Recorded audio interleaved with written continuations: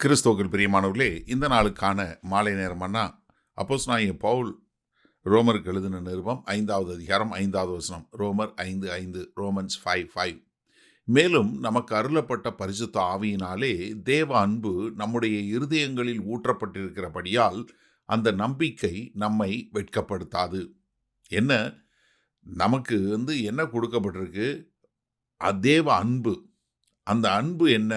நம்மளை வெட்கப்படுத்தாது. முதல்ல அந்த அன்பு என்ன பண்ணாது? வெட்கப்படுத்தாது. ஏன்னா இது ஒரு வெட்கம் என்பது என்ன? ஒரு மரியாதை குறைவாக நம்ம இது போயிடுச்சோ அப்படின்னா. ஆனால் இவர் என்ன சொல்கிறாரு? ஏன்னா கிறிஸ்து நமக்கு என்ன வாக்குத்தத்தம் கொடுத்துருக்கிறாரு? நான் உன்னை விட்டு விலகுவதும் இல்லை, உன்னை கைவிடுவதும் இல்லை என்று சொல்லக்கூடிய காரியம். அதுக்கு காரணம் என்ன? தேவனுடைய அன்பு நம்ம இருதயங்களில் ஊற்றப்பட்டிருக்கிறது. ஏன்னா இங்கே சொல்லக்கூடிய பதம் பார்த்தீங்கன்னா, அதாவது தாராளமாய் போதும் என்று சொல்ல அளவிற்கு எப்படி ஒரு வெள்ளம் வந்தால் ஊற்றப்படுமோ அந்த மாதிரி ஊற்றப்பட்டிருக்கு அப்படி சொல்லக்கூடியது. ஏன்னா அந்த அன்பு நம்ம நம்ம ஏதோ செஞ்சு சம்பாதிக்கலை, இது நமக்கு கொடுக்கப்பட்டது. எப்படி? ஏன்னா கலாத்தியர் 4வது அதிகாரத்தில் சொல்லும்போது என்ன சொல்கிறாரு? 6வது வசனத்தில், மேலும் நீங்கள் புத்திரராய் இருக்கிறபடியினால் அப்பா பிதாவே என்று கூப்பிடத்தக்கதாக தேவன் தமது குமாரனுடைய ஆவியை உங்கள் இருதயங்களில் அனுப்பினார். அப்போ என்ன? அவருடைய அன்பு என்ன கொடுக்கப்பட்டிருக்கு? அவ்வளோ பெரிய அன்பு.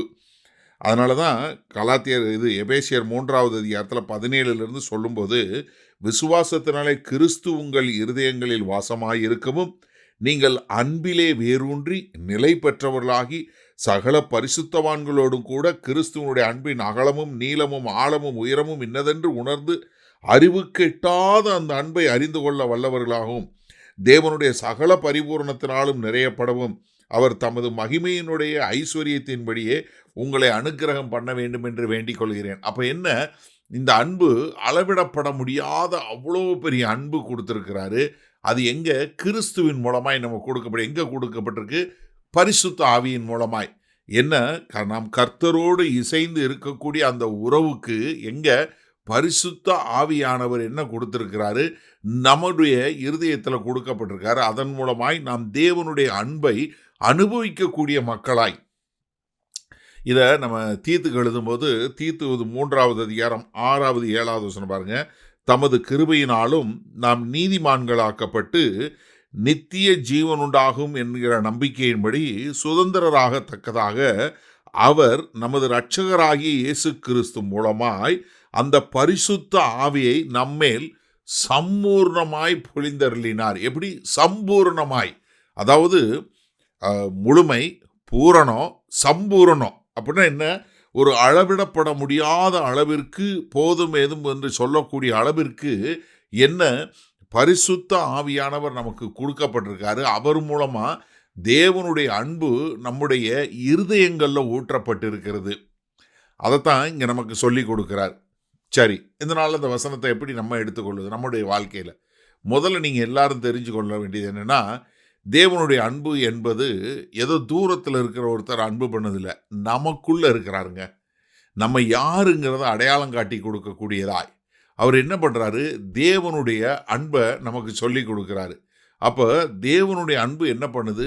என்னுடைய இருதயங்களில் ஊற்றப்பட்டிருக்கு. யார் மூலமாக? பரிசுத்த ஆவியானவர் மூலமாய். அப்போ இந்த பரிசுத்த ஆவியானவர் என்னுடைய இருதயங்களில் ஊற்றப்பட்டதின் மூலமாய் நான் என்ன பண்ணுறேன்? தேவனுடைய அன்பை உணர்ந்து கொள்கிறேன். அப்போ எனக்கு என்ன வருது? அந்த தேவன் பேரில் வரக்கூடிய நம்பிக்கை. இப்போ அந்த நம்பிக்கை என்ன பண்ணாது? உங்களையும் என்னையும் வெட்கப்படுத்தாது. மாறாக நீங்களும் நானும் இப்போ நம்ம ஜெபம் பண்ணும்போது என்ன ஜெபம் பண்ணுறோம்?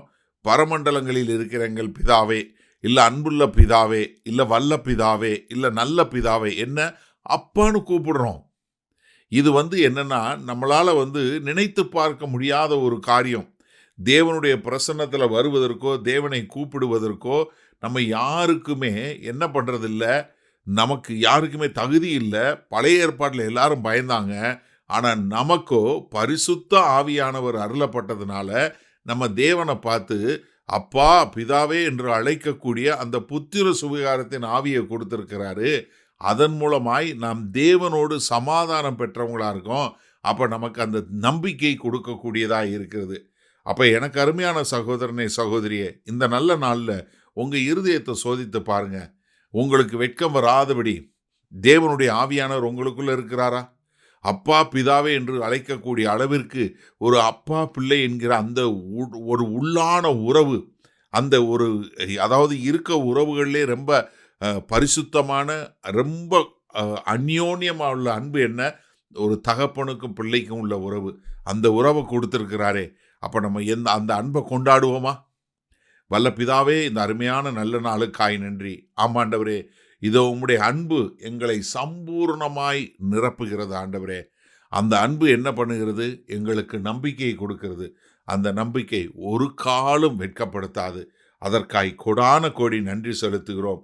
அதை உணர்ந்தவர்களாய், அந்த அன்பிலே திளைத்தவர்களாய் இந்த பூமியில் வாழ்ந்திருக்க எங்கள் தேவன் கிருபை பாராட்ட வேண்டுமாய் இயேசு கிறிஸ்துவின் மூலம் ஜெபிக்கிறோம் வல்ல பிதாவே, ஆமேன். கர்த்தர் உங்களை ஆசீர்வதிப்பாராக.